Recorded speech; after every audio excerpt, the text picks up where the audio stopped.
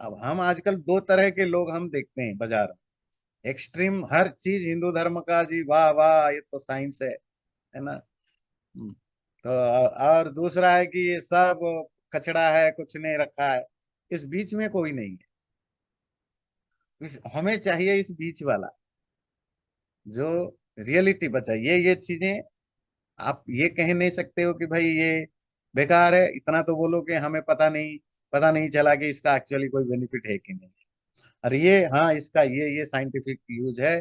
This these are the proof, these are the reference, these are documentation. बात है कि जो सोशल साइंस पढ़ने वाले एक्सपर्ट होते हैं ना, और जो साइंस या इंजीनियरिंग स्टेम फील्ड में जाने वाले, जो सोशल से साइंस फील्ड में रहने वाले लोग हैं, वो रूल करते हैं। अपनी पढ़ाई लिखाई रिसर्च इस तरह की चीजों में ज्यादा बिजी रहते हैं। वो सोशल साइंस वगैरह उनकी ज्ञान कम होता है। तो ऐसा देखा जाता है, स्टेम फील्ड में जाने वाले लोग जब रिलीजन की ओर आते हैं, वो ब्लाइंडली आते हैं। क्योंकि उनको वो सोशल इम्पैक्ट, उसकी जो दूसरे चीजों का कोई ज्ञान ना होने से, वो अपने रिलीजन और कल्चर और सोसाइटी को ब्लाइंडली एक्सेप्ट करते हैं। और जो उनके पास नॉलेज वगैरह है, उसका वो अब्यूज करके, मिसयूज करके अपने रिलीजन और कल्चर वगैरह को एक शैडो साइंटिफिक वे में प्रेजेंट करते हैं। और यहां से शुरू होता है, जो सोशल साइंस पढ़ने वाले वो फिर चिल्लाते हैं, देखो ये जो इंजीनियर वगैरह साइंटिस्ट वगैरह आते हैं, इनको कुछ धर्म के बारे में पता नहीं, बस वो ग्लोरीफाई करने लग जाते हैं। ये प्रॉब्लम सच भी है। इसका होना क्या चाहिए?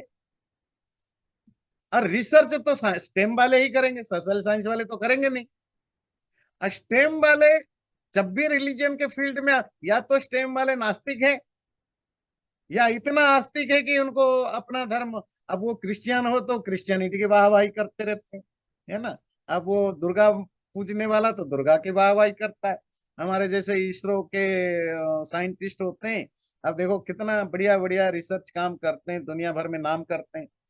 तो ये सोशल साइंस वाले लेफ्टिस्ट वाले उनको, उनकी मिमिक्री बनाते हैं कि देखो ये जा करके तिरुपति मंदिर में पहले माथा टेकेंगे, फिर इसका वो जो सैटेलाइट की एक बनाते हैं छोटा सा, जो जो भी एक छोटा सैंपल या कुछ बनाते हैं, उसको लेके तिरुपति मंदिर में उसको पूजा करवाएंगे, फिर करेंगे। अब ये तो पाखंड है, ये तो पुंगापंथी है।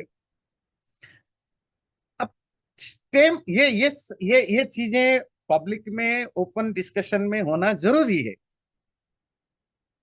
रिलीजन में या स्पिरिचुअलिटी में साइंटिस्ट जब आए, ठीक है, अपनी इंडिविजुअल श्रद्धा के लिए आए, नो प्रॉब्लम। मुझे तो शुरू शुरू में मैं भी बुरा लगता था, फिर बाद में मुझे समझ में आया, at the end of the day scientist भी ह्यूमन बीइंग है।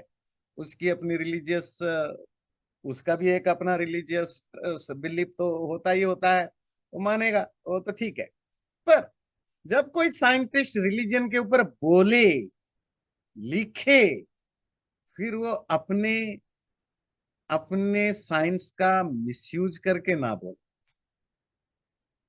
कि पता है, ये आचमन जो पानी हम लेते हैं ना, उसका ऐसे वो साइंटिफिकली 1 घंटा लेक्चर दे और लोग मेस्मराइज कर, अच्छा, पर जो कि 100% बकवास है। मतलब उनको, जो भी साइंस स्टेम के फील्ड, साइंस वाला साइंस नहीं, स्टेम के फील्ड के लोग, इंडिविजुअल रिलीजन के प्रति श्रद्धा है जैसे सबकी है, तब से ओके। पर जब रिलीजन को अपने ज्ञान के थ्रू उसको प्रमोट करना चाहते हैं, then they should and they must use their scientific temperament to validate it. नहीं तो उनको साइंस को घुसाना नहीं चाहिए। अब आम हिंदू तो मूर्ख है, वो मूर्ख नहीं, वो इन्फीरियरिटी कॉम्प्लेक्स में भरा पड़ा है, इन्फीरियरिटी कॉम्प्लेक्स में। तो जब ऐसा कोई झूठ मूठ का उनको ग्लोरीफाई करता है, उनकी उनको वो उनको कॉन्फिडेंस, अच्छा मेरा धर्म बड़ा अच्छा है। पर ये फॉल्स, इस तरह के फॉल्स नैरेटिव से अपने आप को सेटिस्फाई करना पहले अच्छी चीज नहीं है। तो ये एक प्रॉब्लम है। ये सिर्फ हिंदू धर्म में नहीं था, ये यूएसए में भी, आप इस्लाम में भी देखिए, यूरोप और अमेरिका में भी जो क्रिश्चियन लोग हैं, तो इनमें भी वही प्रॉब्लम है। जो स्टेम फील्ड के लोगों को रिलीजियस लोग यूज करते हैं। ये जो यूज्ड होना, अपने साइंटिफिक नॉलेज का मिसयूज करके किसी चीज को गलत तरह से पोर्ट्रे करना, अपने रिलीजन को ग्लोरीफाई करने के लिए, आम लोगों को उल्लू बनाने के लिए तो ठीक है, पर सही फैक्चुअल चीजों को सामने लाने में वो सबसे बड़े ऑब्स्टिकल बन के बैठे, ऑब्स्टिकल बन के बैठे हैं। क्योंकि जब फेक करेंसी ज्यादा चलने लग जाती है, तो फिर रियल करेंसी, अब फेक करेंसी को चलाने वाले अगर बहुत रिलायबल लोग हो, तो फिर आप सोचिए रियल करेंसी को चलाना कितना मुश्किल बात है। ये लोग रिलायबल लोग है ना। तो ये प्रॉब्लम है। तो ये हमें समझने की जरूरत है।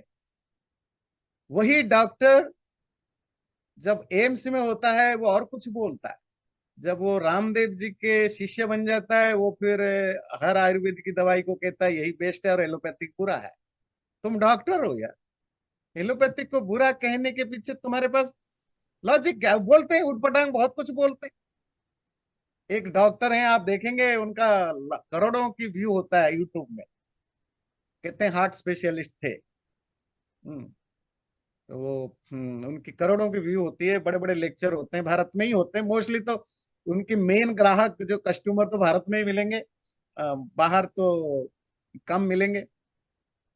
तो वो दावा करते हैं कि ये हार्ट सर्जरी, ये जो कोलेस्ट्रॉल कंट्रोल करने की चीजें, डायबिटीज, सब बकवास है, पैसा कमाने का धंधा है, कुछ करने की जरूरत नहीं।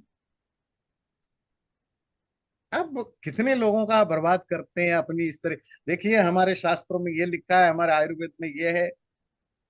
आयुर्वेद वाला कभी नहीं दावा करता है, ध्यान रखिए। जो आयुर्वेद का एक्सपर्ट है वो इस तरह की चीजें कभी नहीं दावा करता। जो एक मेडिकल डॉक्टर होकर के आयुर्वेद को पसंद करता है, जब वो बोलने लगता है, वो आयुर्वेद के बारे में ऐसी चीजें बोलता है जो आयुर्वेद वाले कभी नहीं बोलते, और वो मेडिकल साइंस की बुराई करता है।